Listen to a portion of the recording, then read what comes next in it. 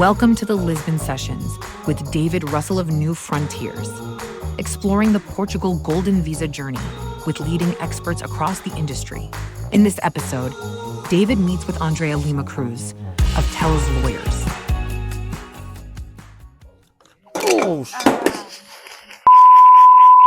just hello, everybody. Welcome to our latest edition of the Lisbon Sessions with myself, David Russell. I'm joined by Andreia Lima Cruz from TEL's Lawyers. We've been chased inside, as you can see, by the winds of Lisbon. We have the camera professionally balanced on a wine sort of I don't know what you would describe it. There's another couple of things, and the camera's currently balanced on a pepper pot. We'll share Andrea's picture of me setting it up. We just had a disaster where the camera fell off. We're in the lovely surroundings, actually, at the balcony of the Altish Grand Hotel, Rua Castillo in Lisbon. Thank you very much for joining us. Andreia, thank you as well. You're welcome. Enjoying our little espressos. I think I might need something stronger in the espresso after the setup of this. So let's cut to the chase on this one. Rapid fire. Tell us the client Golden Visa journey in 1 minute. Give people confidence. Okay, I'll do that easily. Well, I think everyone is more or less aware. Should I do this looking at the camera or you? Either. At this point, all we're hoping is the camera doesn't fall over. Okay, so I'm going to look to the camera. At this point, I think we can speak about, it depends on actually the goal someone has on the Golden Visa specifically. If you are keen to get citizenship in Portugal, I would say it is the time to do it, because in practical terms, the time is clocking from the moment that you start your application online. So the Golden Visa, everything starts with getting a tax number, opening a bank account, and making an investment. And you can do all this in a month and a half, 2 months, okay? So in practical terms, I would say it is the time, because once we apply online, the 5 years range is counting to apply for the citizenship. And that is new, Andreia, isn't it? That wasn't always the case. So it's a significant change. Completely. Yes, it makes a difference now, because with all the delays we had on the Golden Visa program, in practical terms, we would have like the 5 years counting only from the moment that you would get the residence card.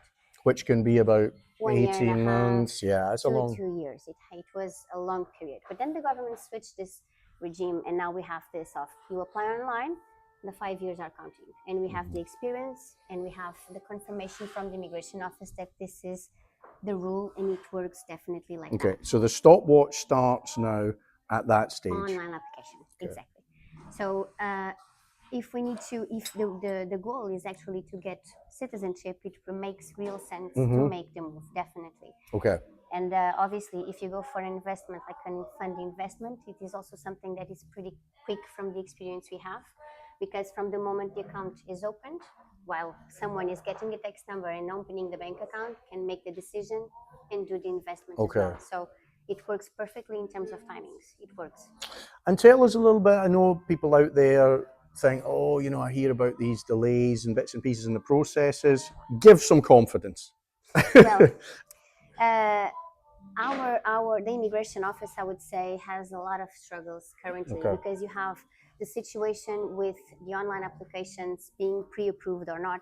You have the situations with the renewals, and depending on the cases, it could take less or longer. So, as I was telling you, I believe that right now the focus would be on the client goals. Someone that is looking to start the process, this is the time. We don't know until when we will have the Golden Visa working properly like this. Yeah. So the advice is do the move as soon as possible, and delays, those are going to be there at least for a year, I would say, because what I see is that IMA is keen to make things work, and because they have a lot on their plate, they are working in several fronts, and it's very difficult to make things work properly. So I would say that until the end of this year, we're still going to see some delays happening in here.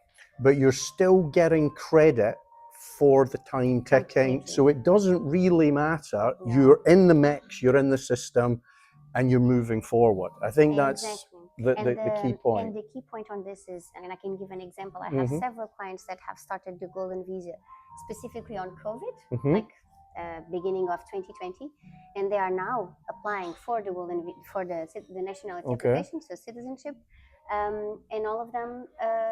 It's working properly, and they only had one card, so they started the application. They waited for a long time.